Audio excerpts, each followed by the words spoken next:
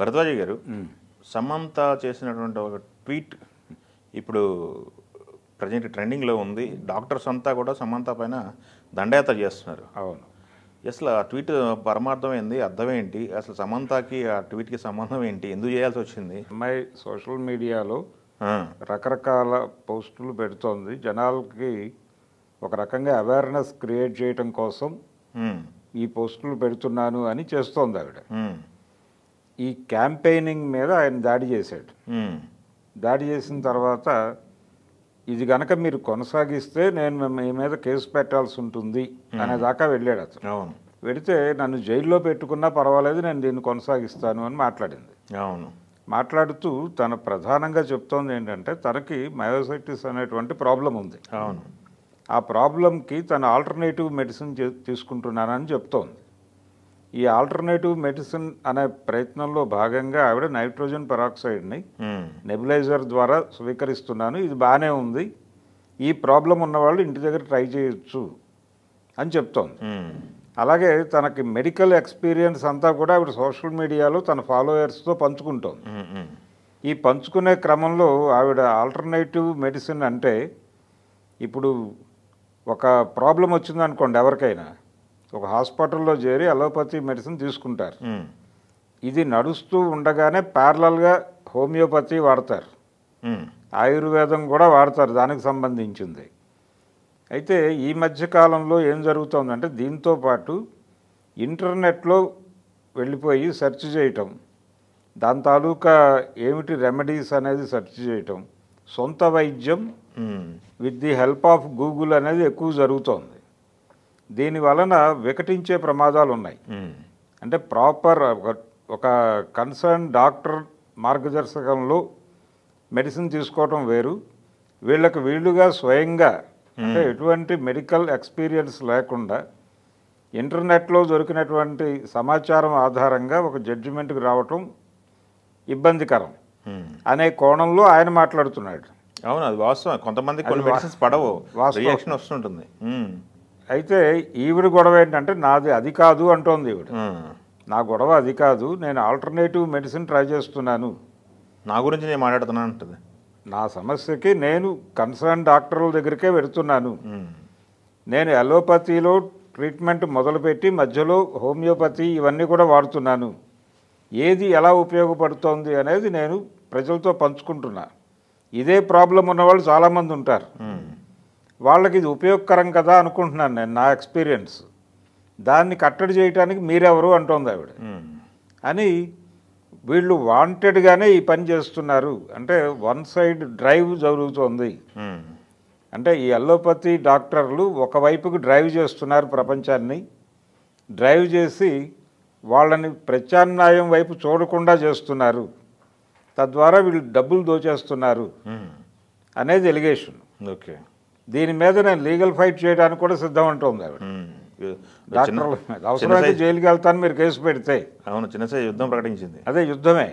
అంటే చాలా సందర్భాల్లో ఏం జరుగుతుందంటే హాస్పిటల్కి వెళ్ళిన తర్వాత ఏదో చిన్న ప్రాబ్లం అయి ఉంటుంది, ఏదో క్లాట్స్ ఉంటాయి, ఈ బ్లడ్ వెసల్స్లో ఎక్కడో క్లాట్లు ఉన్నాయని చెప్పేసి దానికి ఒక 18,000 రూపాయల ఇంజెక్షన్ అని చెప్పి వాళ్ళు ట్రీట్మెంట్ మొదలు పెడతారు.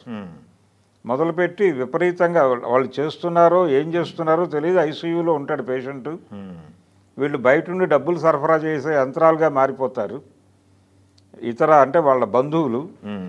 ఈ పరిస్థితి నడుస్తోంది హాస్పిటళ్లలో, కార్పొరేట్ హాస్పిటళ్లలో దోపిడీ పెరిగిపోతుంది అనేది మనకి చాలా ఎలిగేషన్స్ ఉన్నాయి. ఇక అందరూ లేకపోయినా కొందరు ఉన్నారని ఆ ఎక్స్పీరియన్సెస్ ఉన్నాయి.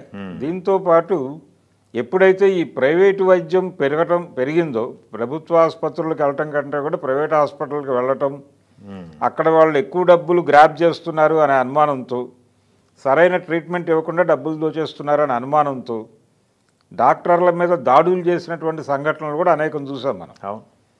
ఈ దాడులు చేస్తున్న సందర్భంలో వీళ్ళందరూ ప్రభుత్వాలను ఆశ్రయించి ఒక చట్టం తెచ్చుకున్నారు. ఆ చట్టం తాలూకా జిస్టు ప్రతి హాస్పిటల్లోనూ బోర్డులు కట్టి పెట్టారు. అవును, డాక్టర్కి సంబంధించి మీకు జరుగుతున్నటువంటి వైద్యం గురించి ప్రాపర్గా తెలుసుకోండి, మీ జ్ఞానంతో డాక్టర్ల మీద గనక మీరు దురుసుగా ప్రవర్తిస్తే జైల్లో పెట్టాల్సి ఉంటుంది, ఇంత ఫైన్ కట్టాల్సి ఉంటుంది అని బోర్డులు ఉంటాయి ప్రతి ప్రైవేట్ హాస్పిటల్లోనూ. ఈ చట్టం తీసుకురావటం వెనకాల చాలా సందర్భాల్లో పేషెంట్లు తరచూ దాడులు చేస్తున్నారనే అలిగేషన్.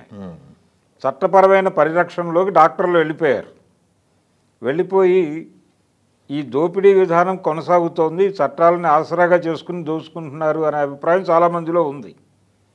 కాబట్టి ఈ ఆల్టర్నేటివ్ గురించి మాట్లాడుతున్న వాళ్ళు చాలామంది ఉన్నారు. ఆ మధ్య వ్యాక్సినేషన్ జరిగింది, కోవిషీల్డ్ అన్ని ఇచ్చారు. కోవిషీల్డ్ వలన విషపరిణామాలు జరుగుతున్నాయి, చాలామందిలో ఇబ్బందికరమైనటువంటి పరిస్థితులు, పర్టికులర్గా ఈ కాళ్ళల్లోనూ అక్కడ బ్లడ్ క్లాట్ అవ్వటము ఇలాంటివన్నీ జరుగుతున్నాయి, దానివలన హార్ట్ ఎఫెక్ట్ అవుతోంది అని చెప్పి కోవిషీల్డ్ కంపెనీ మీద చాలామంది లీగల్ ఫైట్ చేస్తున్నారు ఇప్పుడు కోర్టుల్లో. ఈ గొడవ జరుగుతోంది బయట ఆల్రెడీ. ఇప్పుడు ఈవిడ కొత్తగా ఆల్టర్నేటివ్ మెడిసిన్ వైపు చూడనివ్వటం లేదు వీళ్ళు. ఆయుర్వేదం కానీ మరొక వైపు కానీ చూసే ప్రయత్నం ఎవరు చేసినా, యునానీ ఉంది మనకి, అటువైపు చూస్తే అంటే అవన్నీ కూడా సపోర్టివ్ మెడిసినే తప్ప కెమికల్ కాదు, అందుకని అవి వాడటం వలన సైడ్ ఎఫెక్ట్స్ ఉండవు అని చెప్తోంది. కానీ ఈవిడ వాడింది వాళ్ళ తాలూకా కెమికలే, నైట్రోజన్ పెరాక్సైడ్. ఆవిడ నెబులైజర్ ద్వారా తీసుకొని దీన్ని కూడా ప్రాక్టీస్ చేయండి, ఇది బాగానే ఉందని చెప్తోంది. ఇది ప్రమాదకరం అంటున్నాడు ఆయన. ఇది మీరు ఎలా చెప్తారు, మీ ఎక్స్పీరియన్సు మీకు అలా అనిపించింది, ఓకే, దీన్ని మీరు ప్రిస్క్రైబ్ చేస్తున్నారు ప్రపంచానికే అంటున్నాడు ఆయన. నేను నా ఎక్స్పీరియన్స్ చెప్తున్నాను, షేర్ చేసుకునే వాళ్ళు చేసుకుంటారు, నేను డబ్బులు అడగటం లేదు, కానీ మీ దగ్గరికి వస్తే మీరు డబ్బులు గుంజేస్తున్నారు అని డబ్బుల ప్రస్తావన చేసింది ఈవిడ ఈ గొడవలో.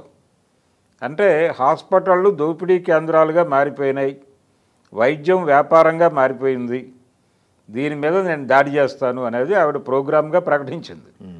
ఇది ఇంట్రెస్టింగ్ వ్యవహారమే, నిజంగా జరుగుతోంది. ఇది జరుగుతున్నది వాస్తవమే. సమంత ఆర్గ్యుమెంట్లో కొంత లాజిక్ ఉంది.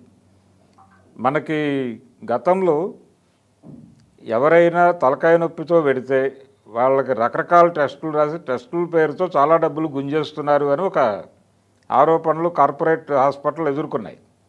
దానికి వాళ్ళు చెప్పే రీజన్ ఏంటంటే, మేము ఈ టెస్టులు చేయకపోతే అతను కేవలం మామూలు తలకాయ నొప్పి అని మేము ఎలా తెలుసుకోవాలి, మామూలు తలకాయ నొప్పి అని చెప్పి మేము ట్రీట్మెంట్ ఇస్తే అతనికి ఇంకేదో రీజన్ వలన అది వచ్చింది అని తర్వాత ఎప్పుడో బయటపడి మేము ముందు కనిపెట్టలేకపోయామని మా మీద మళ్ళీ మీరే దాడి చేస్తారు కదా అని ఒక ఆర్గ్యుమెంట్ నడిచింది. మనకి 90ల తర్వాత ఈ గొడవ మొదలైంది, కార్పొరేట్ హాస్పిటల్ వచ్చిన తర్వాతే ఈ గొడవ మొదలైంది.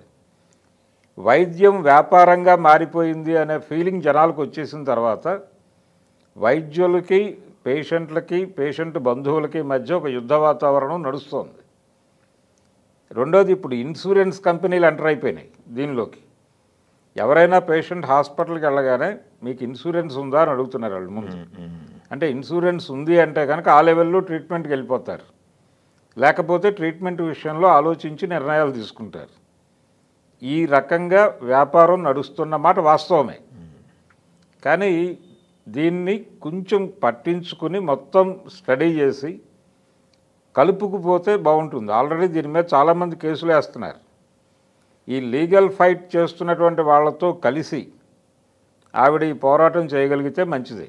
ఓకే, అలా కాకుండా ఇండివిజువల్గా ఇప్పుడు ఆ డిఆర్డిఓ డాక్టర్కి ఈవిడికి మధ్య పర్సనల్ వార్గా మారింది. అది ఇది పర్సనల్ వార్ కాదు, దీని వెనకాల వైద్యం వ్యాపారంగా మారిపోవటము దగ్గర నుంచి మొదలుపెట్టి ఏమిటి దోపిడీ ఏమిటి గొడవ అని లీగల్గా ఎవరైతే ఫైట్ చేస్తున్నారో వాళ్ళతో చేతులు కలిపి లీగల్ ఫైట్ చేయగలిగితే బాగుంటుంది. ఓకే, అయితే ఎవరూ కూడా అలౌ చేయట్లేదు, ఇలా వైద్య సలహాలు చెప్పే వాళ్ళని ఎవరిని కూడా ఎంటర్టైన్ చేయట్లేదు, వాళ్ళ మీద సీరియస్గా ఉన్నమాట వాస్తవమే. ఓకే, అందుకని ఆవిడ లీగల్గా ప్రొసీడ్ అయిపోయి ఆ డాక్టర్ మీద కేసు పెట్టేసి వాళ్ళతో కలిసి ప్రయాణం చేయగలిగితే మంచిది, ఓకే, లేకపోతే వదిలేయటం మంచిది.